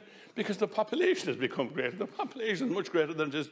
And to those who say, you know, well, why is our population, you know, why is our population getting greater? It shouldn't be. Well, Alas Corla, you and I well know this, that the population has become greater because less people had found it necessary to leave this country and grow abroad. And that's as it should be. We should be able to ensure that our growing population is accommodated at home in terms of job requirements and continues to be accommodated. And there's no excuse that should be acceptable in relation to that. So I say, and I ask the Minister on this occasion, to bear in mind the urgency of the situation. This could be a bit like Custer's last stand. We get a given time in which to deal with the thing. It's another opportunity. It's an airborne virus. It is very active and very aggressive, and is not going to fritter away overnight. So we have to be in it for the long haul. And that means that we should now put in place whatever is necessary to defeat it at every level, and increased emphasis on the repeat vaccinations, the air purification, the use of the air purification plants, where and when necessary. Obviously, nursing homes are an obvious place to locate such devices, and use them in order to defeat the virus in early date, rather than allow it to accelerate to the extent that it becomes a major problem again. Because unfortunately, Alaska Corla, I fear that if it does re-establish itself in the form that it was 8 or 10 months ago, I think we could be in for a much more serious situation and have to introduce much more serious restrictions. So the point I would make again, and finally, is, Alaska Corla, that whatever is needed to be done, we do it now. We go the whole hog with it at this occasion, and we aggressively address the situation and the threat of the virus in every way possible, and not for 24 hours or for whenever, for as long as it takes, and to do whatever it takes in order to deal with it in a meaningful way. And then we can walk off and say, well, we've done our best, and we've either won or we've lost. My belief, Alaska Corla, is that we will win if we go that route. And we have to convince everybody in the course of what we're doing that we're doing it for the good and the health of the country. And somebody mentioned, I forget who it was now, that, that we should close down everything. It's not, we shouldn't close down everything. The country has to try to survive. But we should restrict to the extent possible and necessary in order to curtail the virus in such a way as to force it out of the system. If we don't do that, I think we'll go back to it again and again and again. And my advice would be to listen to the lessons of Australia and New Zealand and various other jurisdictions all over the globe, where appalling numbers of deaths have taken place, and are taking place here, and have taken place here, and are taking place in the island adjoining, and continue to take place, and will continue to take place, unless really aggressive action is taken. So my call is to do that now rather than later. Thank you, Alaska Corla.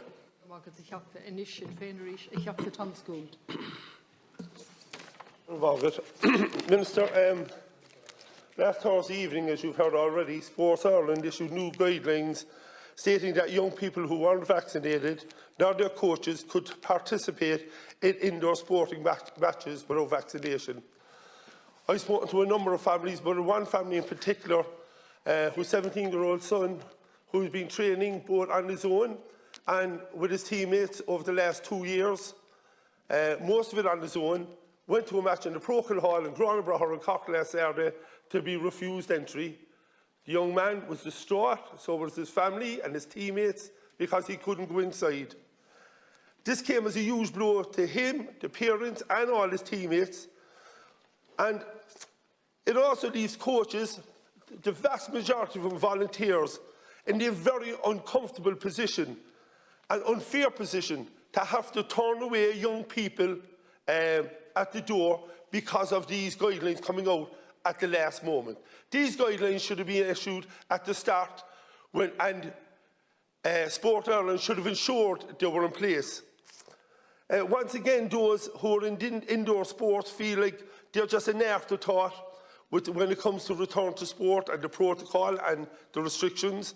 And I'm asking you, Minister, can something be done now to meet with Sport Ireland in relation to basketball and any other sports that are affected, to ensure that a solution is found, that young people can get back and playing and enjoying their games? And alongside this, then, Minister, I've been told this week that Skiing the Skull in Cork, and for anyone who doesn't understand what Skiing the Skull is, it's primary school Gaelic games for primary school children that has been postponed until the new year. Now, I was up Vincent's Field, my own club, last night, where there was loads of kids training outdoor. Those same children were going into school today. They couldn't play Gaelic games in their schools, which is outdoor activity, which we're telling people is the safest way to do. So how can it make sense that every GA club in the country is playing matches at the weekend and none of the schools can?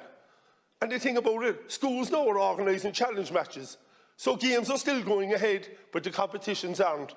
And like, who's making these decisions?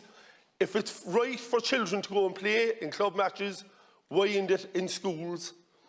And also, last week, Ronan Glynn advised parents to cut back on their children's schools after schools activities, which I found unbelievable. And as a person who supported all the public health advice and encouraged everyone to get vaccinated and to hand sanitise and keep the 2-metre rule, I've been very supportive of making sure everyone stays safe. But like, anecdotally, and I'm a coach and an administrator, at least maybe 1 in 5 young people and children haven't come back after the pandemic. And now, different sporting organisations are trying to get children back and young people back to sports because we know how vital it is for themselves, for their mental health, for their social skills. And then we have these statements coming out which run contradictory to what the health advice is. And I think young people have been put through enough. My daughter's in a class of 33, a classroom of 33, for 5 or 6 hours a day. And then she can't go out into a field and play Gaelic games at her school. So it doesn't make sense, it's not fair, and it needs to be sorted. And I suppose at the same time, last May, the 17th of May last year, the Taoiseach, now the Taoiseach, Leo Varadkar, said in this chamber, we must try to find, isolate, test and care for every case and to trace every contact. Like, we're not trying to find contacts in schools. We're not even trying to contact trace children anymore. Now, this is a bad message to send out to children. It's a bad message because it's confusing, it's out of touch with reality, and it's chaotic. And this is not the first time the government has sent out mixed messages, and there's a kind of a chaos around what we're trying to... Like, we need to give people clear guidance. Parents in particular, like a lot of families have elderly parents, have grandparents, might have vulnerable family members who might be scared. And they're scared because without knowing where COVID is, how can they protect their family members? So it's time to stop dithering, stop burying our heads in the sand and make clear decisions to put ordinary people first.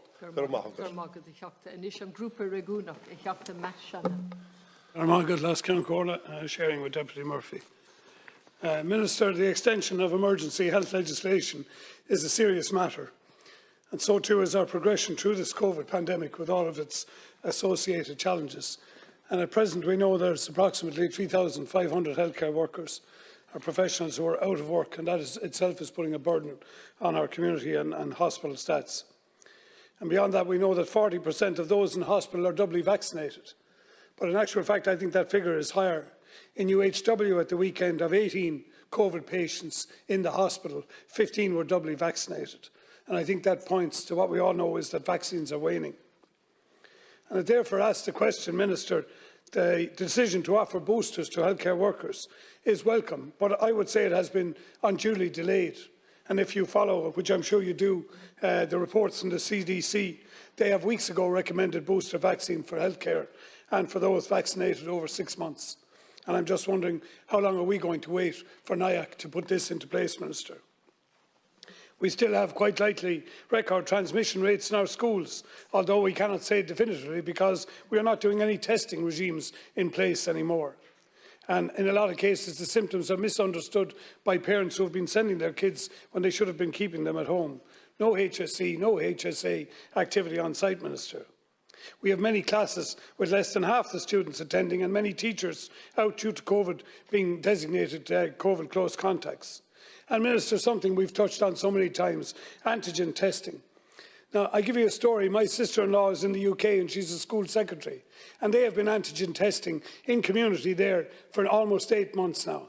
And at the start of it, they were bringing the kids into the school halls and doing rapid testing on the children before they were letting them into school.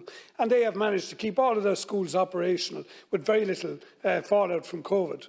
And yet we have had 3 reports now, Minister, on antigen testing, and we're still getting about it. And what about the vaccine hesitancy in the community? You need a COVID certificate to go into a nightclub, but you don't need one to go and visit somebody in a nursing home. We still have unvaccinated healthcare people in the community sector treating vulnerable elderly patients. And what supports are we providing to community nursing care? Very little, Minister, as you know, because we withdrew them all on the basis that if there was an outbreak, we'd send in the HSA then. We have pressures in our hospital, in our A&E, our ICU, testing and vaccination, and we have the deferral of other activity. And who will call when it's time, Minister, to say we may have to go into localised restrictions? And also the pregnancy, we need a public information campaign as well, you're aware. Over the weekend there was discussions about people undergoing fertility treatments who were being told not to get the vaccine. And the deferral of new healthcare and new health appointments. And Minister, can I speak briefly, which I have sent a question to your department on the NTPF use in University Hospital Waterford. We put an extra €4 billion into the health budget this year, and still there's been no additional recruitment into the cardiac section in Waterford to expand the cardiology hours. And I would ask you, please, Minister, to respond to me on that question as soon as you can. Also, on the effects of lockdown, a 30% increase in patients attending with cirrhosis of the liver. So we have problems right across the community, Minister, and we need to see about mitigating them. And the other thing, Minister, antiviral drugs, which have been going around for a while, and one specifically now out by Merck, molnupiravir, which has seen a 50% reduction in COVID deaths in early introduction. And we've made no efforts whatsoever to get into a buying group, as far as I know, Minister, even though other countries are doing that. So we need to do something to mitigate, and we need to keep on doing measures to mitigate this, Minister. And what's more, we need to be doing a lot more than we're presently doing. Thank you, Les Ceann Corla. Minister, I have had contact with many disgruntled constituents, wondering why we didn't open up on the 22nd as was planned, and I share many of their concerns. There seems to be an attitude from government to try and extend their power with these restrictions under the guise of being precautionary, yet as soon as they're passed, they're being used as a matter of course rather than an emergency power. I also have another major concern which needs to be met head-on. Why are government members and government policies being designed to scapegoat those people who decided for whatever reason that they either didn't want or couldn't take the vaccine? We have the highest vaccination rates in Europe, and I'd like to commend all of the hard-working staff in all of our vaccination centres who have been very competent in their rolling out of the vaccine programme. The constant scapegoating of the unvaccinated does not stand up to scrutiny or evidence and is completely unwarranted. Every time we see evidence of a failure in government policy, the narrative shifts to find the latest random thing to blame it on. There has yet to be any evidence presented which shows that vaccine passports actually serve any purpose in preventing transmission.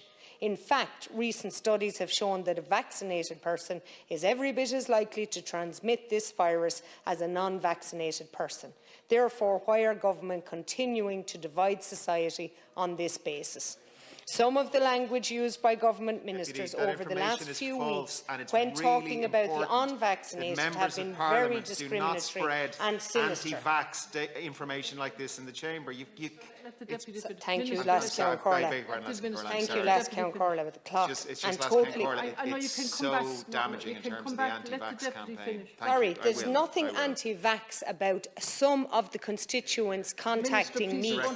They are contacting me unable to take a vaccine. The stupidity of telling people they can attend weddings without certs, and the same people then cannot actually go out and go to a restaurant the next day, yet because they're being labelled as unvaccinated. Your data on vaccines Minister, is false, Deputy. there is a lot about your policies that leave to be desired. Apologies, Les Ceann Corla.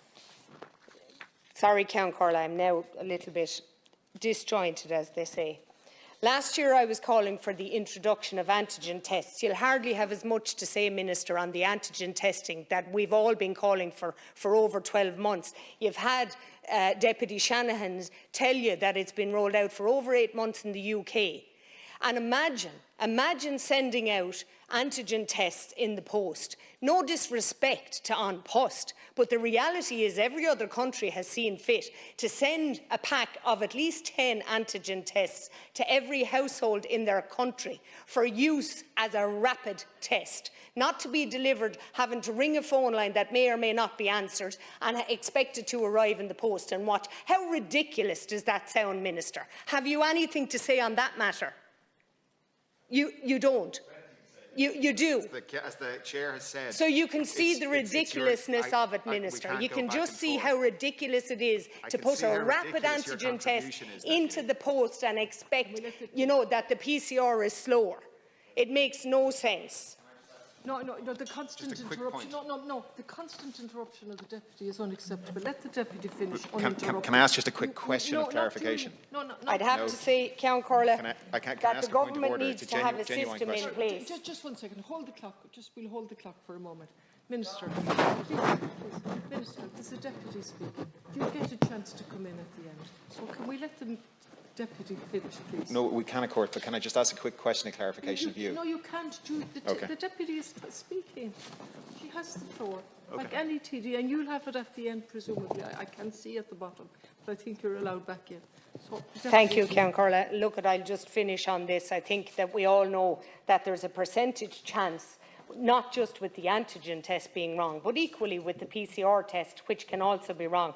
And surely it's better to have a slightly lower accuracy level, but with an immediate result, which would be more effective at identifying infectious cases and containment, as opposed to we're seeing 3,000 cases a day for the want of not being able to roll out PCR testing and then testing, tracing and isolating, as we should now, 2 years into this virus.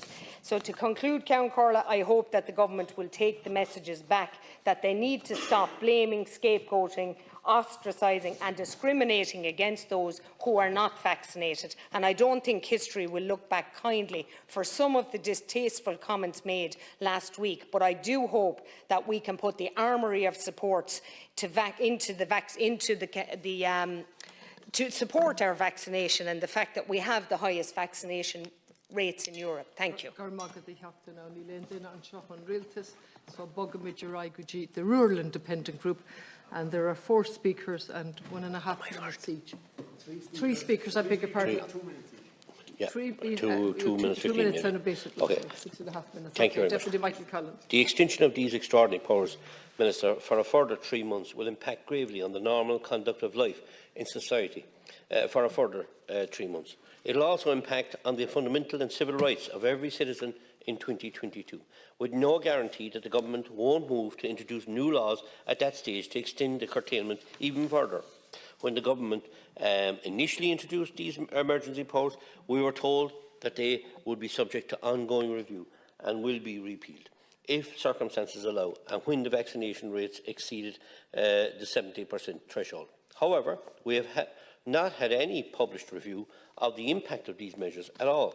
Furthermore, our vaccine rate, which was pushed as the silver bullet, has far exceeded the herd immunity rate of 70% that the government endorsed. Yet you now want to curtail people's freedoms indefinitely, it would appear.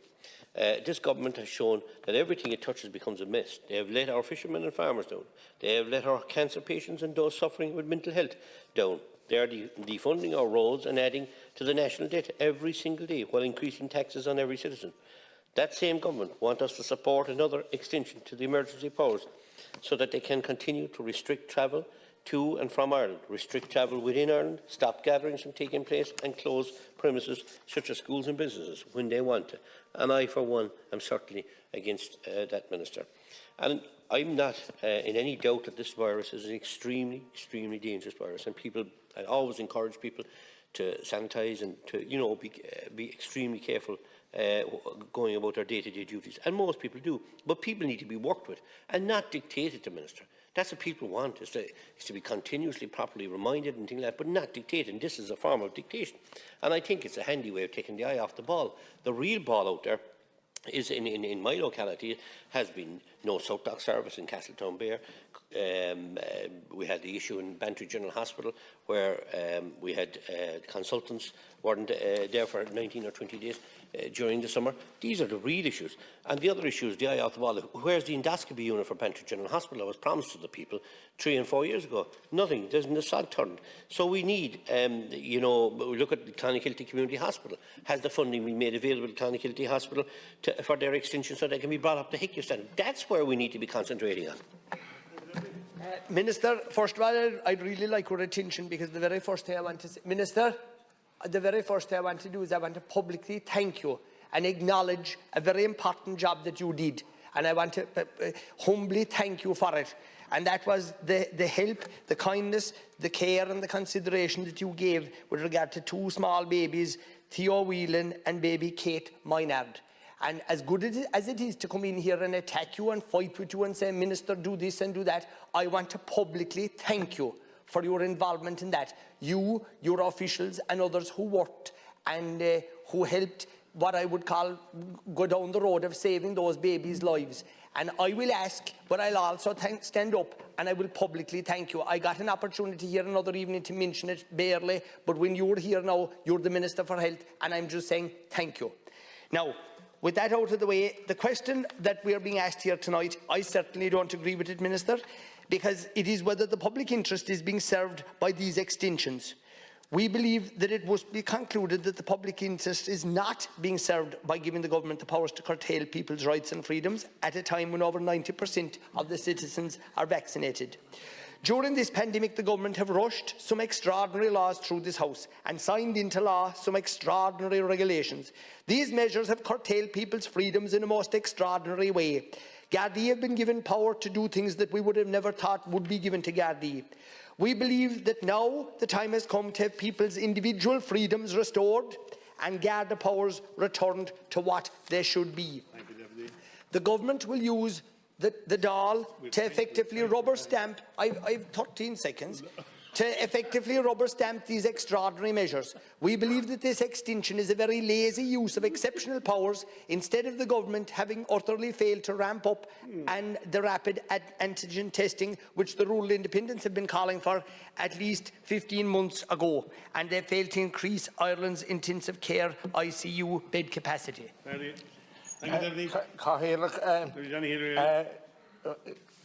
Minister, I have to say to you that these exceptional powers that you've got have many people in Kerry, especially youngsters,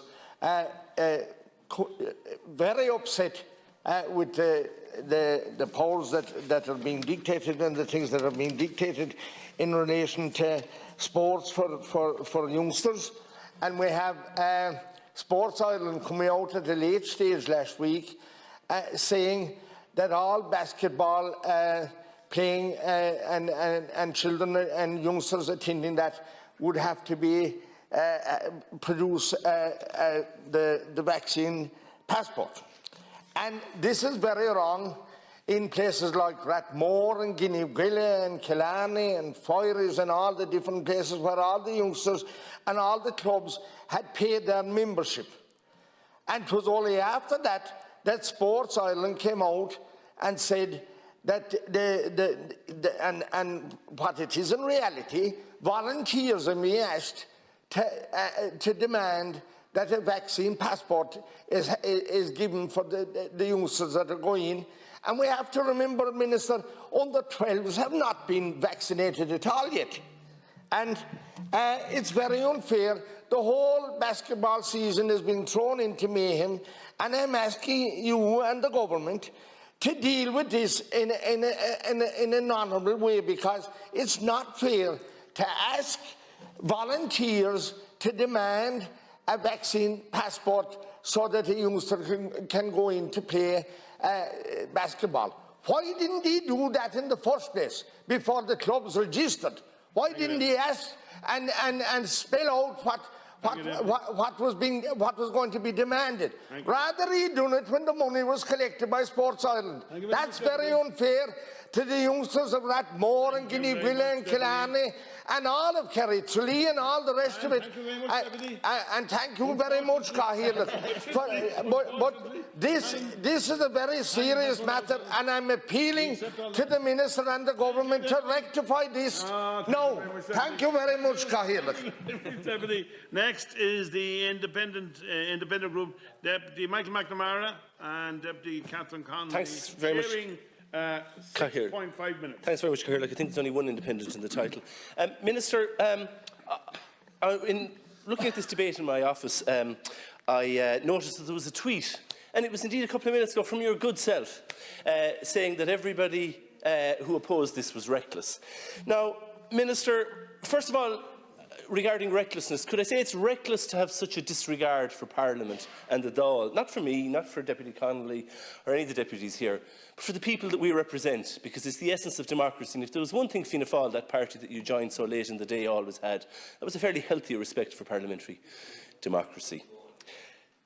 Minister, if you want to talk about recklessness, can I say it's reckless to run down a health service the way our health service was run down? Now, you didn't run it down, but there are 3 members of the cabinet in which you sit, which is collective responsibility, who ran it down. Micheál Martin was Minister for Health, came up with the HSE as a way to spend money really on reports. Leo Varadkar couldn't get out of there fast enough, and Simon Harris, well, caused the general election. He was, we thought, the most inept Minister for Health ever. Or at least we were told by some Fianna Fáil canvassers that he was before the last election. So that was reckless, to run down a health service the way they did. It was reckless to fail to do anything about it when getting into office, which is what you have done, Minister, because where is the additional capacity that you spoke about, that you asked about when you were in the COVID committee? Because it's simply not there. There was cholera hospitals built in this city in response to a cholera outfit. There were TB sanatoria built all over the state in response to that. And we have 23 billion. What was the 23 billion spent on, apart from masks that are now clogging up our sewage systems? Junk that was brought in from China. What was the 23 billion spent on? Because we have nothing to show for it. And such a wanton waste of exchequer funding is simply reckless, Minister, if you want to talk about recklessness. What's reckless is to deny children the ability to play sport during a pandemic when they're locked up in their homes, to tell them it is safe for them to sit in a classroom for 6 hours a day, but it is not safe for them to play sport. That, Minister, is reckless because of the effect it has on their formation and in particular on their mental health in the case of some children whose parents have come to me to complain about what is going on. It is reckless to fail to look at schools, at school ventilation, to spend 23 billion without remedying this. Now, last winter, yeah, it's understandable. It was all new. But we're heading into our second winter with nothing done. That, Minister, is reckless. But above all, it is reckless to fail to look at the signs, to pretend we're following the signs, but instead lurching from hysterical reaction to hysterical reaction. Let's look at the vaccines. Let's look at their efficiency. Let's look at their efficacy, because there are studies about this. Vaccines have stopped people getting seriously ill, of course they have, but we now know of waning immunity. And we know that the difference between how infectious somebody is, whether they're vaccinated or not, varies relatively little. We know that there's an enduring immunity from recovery. And we have question marks still about masks and how small are the particles in which it's spread. Are they so small that masks don't capture them? Minister, if you want to talk about recklessness, let's talk about it. But have an honest reflection upon your role and how reckless you have been. Thank you.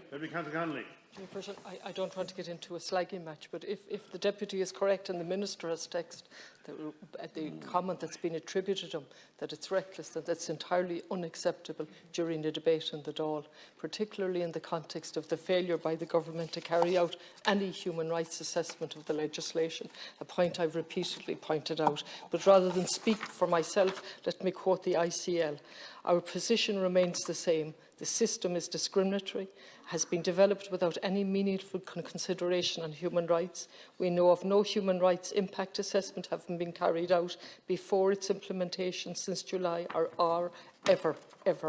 All medical treatment should be a choice. To admit testing to the certificate system, unlike most of our peers in Europe, is deeply discriminatory. So not to give a choice of showing a test to say you're negative is deeply discriminatory.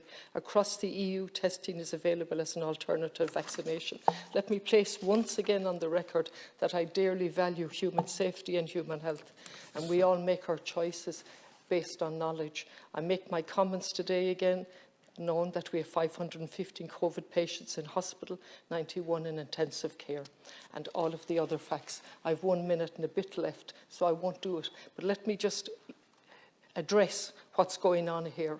We're being asked to extend draconian legislation without the slightest justification in your response as to why, without any human rights assessment, without any explanation of the contradictions. Somebody close to me had COVID, has recovered, 6 months, although they were told 9 months. You, in one of your speeches, referred to 9 months following a grace period of 9 months. That became 6 months. Many other contradictions has been read out today in relation to Basketball Ireland. There's at least 3 or 4 emails there with people pointing out contradictions over and over in the way they've been treated. Somebody whose daughter got COVID last week, I beg your pardon, was a contact. The mother rang up to be told, we'll send you out antigen tests. They were never sent out.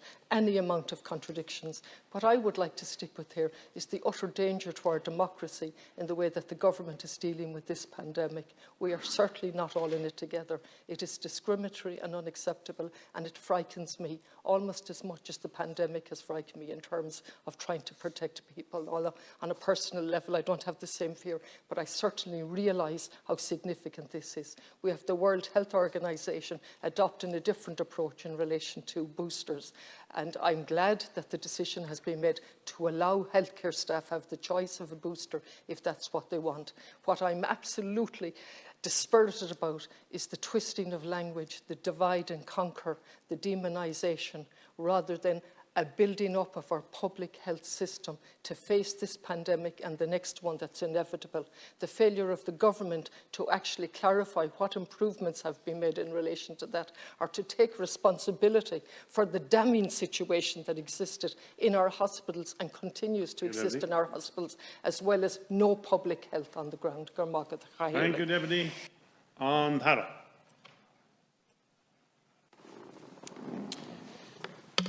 And I very much welcome the debate in the House today. It's important, given the exceptional nature, though temporary nature, of the legislation, that we do have this debate. I've listened carefully, and I've taken as many notes as I can from colleagues.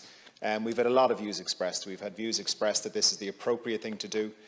We've had some misinformation on vaccinations put on the record of the House. We've had zero COVID views, and we've had no measures. The whatever that may be called, simply have no measures and let the virus run free and see what happens. And I don't try to say that, other than the misinformation on vaccines, in any way other than I think it's good and healthy that there are a lot of different views, and that there is time for these to be debated. There are diverse views, there are diverse opinions. These are not normal times. This is not normal legislation, and it's right and proper that it is looked at. The emergency powers are temporary in nature, but when fully utilised, they do have an impact on freedoms. They do, and that's why it's right and proper that we debate this. It's why it's right and proper that there is a sunset clause and that new legislation would be required. It's why we're only looking for 3 months of the extensions, because this is a serious piece of legislation, and these are serious regulations, and they do have an impact right across our country, right across our communities, right across our economy. Various deputies have raised issues around sports, and I will undertake to discuss those with the relevant department and the relevant line ministers. We want as much consistency as possible. I think colleagues will appreciate at this stage that perfect consistency comparing hospitality with sports, with commerce, with construction, with so many other ways is difficult. It is a difficult thing, and other than everything being fully open or everything being fully closed, there'll never be perfect consistency, and I think we have to accept that.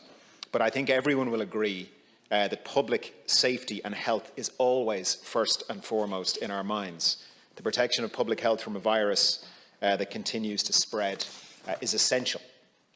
The government has always been conscious that public health measures being imposed are proportionate to the harm that the virus represents, and it is critical that we maintain the ability on a temporary basis to respond to the evolving trajectory of COVID. I've listened very carefully to what members have said during the debate, and the resolutions to continue these provisions is for another 3 months. We cannot get during away. debates. I'm sorry, Danny, it's only seat. But Okay. please, be respectful to the... But he's not respectful when he tweets during debates. You know yourself now. You're long enough around to know yourself that you're out of order. But so is tweeting during debates. Now, Cathaoirleach, look, you're long enough around yourself to know that that's disrespectful and out of order. Please don't do that. That's not fair to anybody else. I think, Cathaoirleach, it's interesting that the same deputy who is insistent on trying to stop parliamentary debate is the same deputy who recently, when asked on national radio and RTE if he would encourage people to get vaccines, refused to answer the question. So I don't think this House needs and I don't want to victimise people. Needs any lectures from someone who clearly has such scant regard for democracy that he won't even tolerate democratic debate in his own party. Democratic debate? You limit it to 2 hours. You stand here and you lie to people. Can we do this through the chair? Yes. Can we have a little respect for democracy? But as long as the minister doesn't Deputy McMassary, doesn't take the opportunity to spread disinformation, Deputy, Chair. Deputy, could we please have a little respect on all sides for democracy? Minister, you have the floor, please. I wonder would the deputy like to withdraw the room? Minister, please, I didn't hear what was said, and you have the floor. Okay, with the greatest respect, I did hear what was said, and I'm just wondering would the deputy like to withdraw his allegation that lies have been told? Oh, no. I mean, you said that. No, we're not going into any discussion. There's a question being put. There isn't an answer from the minister. I've listened very carefully to the debate, which I think is a very good debate, apart from the contributions from Deputy McNamara, which goes without saying. I've already mentioned to the House about how mindful we still need to be of the precariousness of this disease. It is not one that lends itself to being easily controlled and managed. As a result, a response to the disease that is agile and flexible, with the ability to pivot rapidly and respond to any emerging threat, does need to be ensured. The approval of these resolutions by the House today is a recognition that we are still in a global pandemic. We will never forget that over 5,000 of our fellow citizens in this state have already died from COVID. The Delta variant is highly transmissible, so we must continue to remain vigilant throughout the pandemic. And therefore, for the moment, we need to have some safeguards at our disposal in case we need to act quickly in the event of the threats and challenges that COVID-19 continues to throw at us. Cathaoirleach, I'd like to recognise the Labour Party and others who are going to vote to support the amendments this evening, or the motions this evening. I would, however, like to call out the position of Sinn Féin and some of the others. I do believe that voting against an extension of these powers for 3 months, given the current situation, is reckless.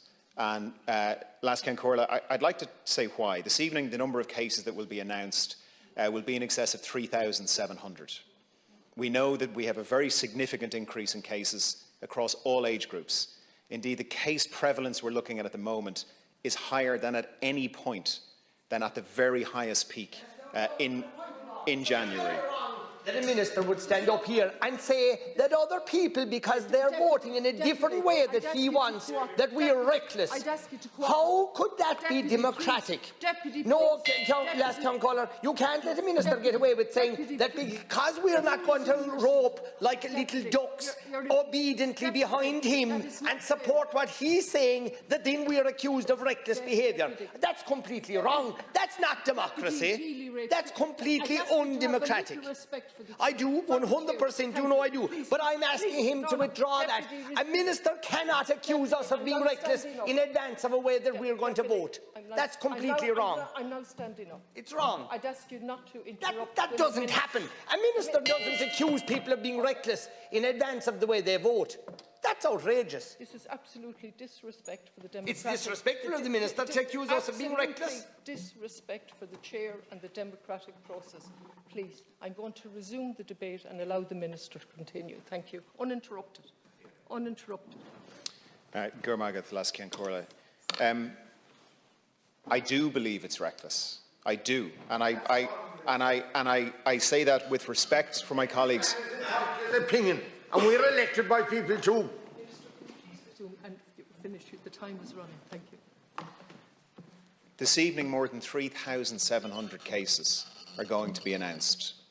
We have hospitals that are getting fuller with COVID patients. As a result of this, and as a result of the people having to go into ICUs, elective surgery for other men, women and children is being cancelled. The situation right now is serious.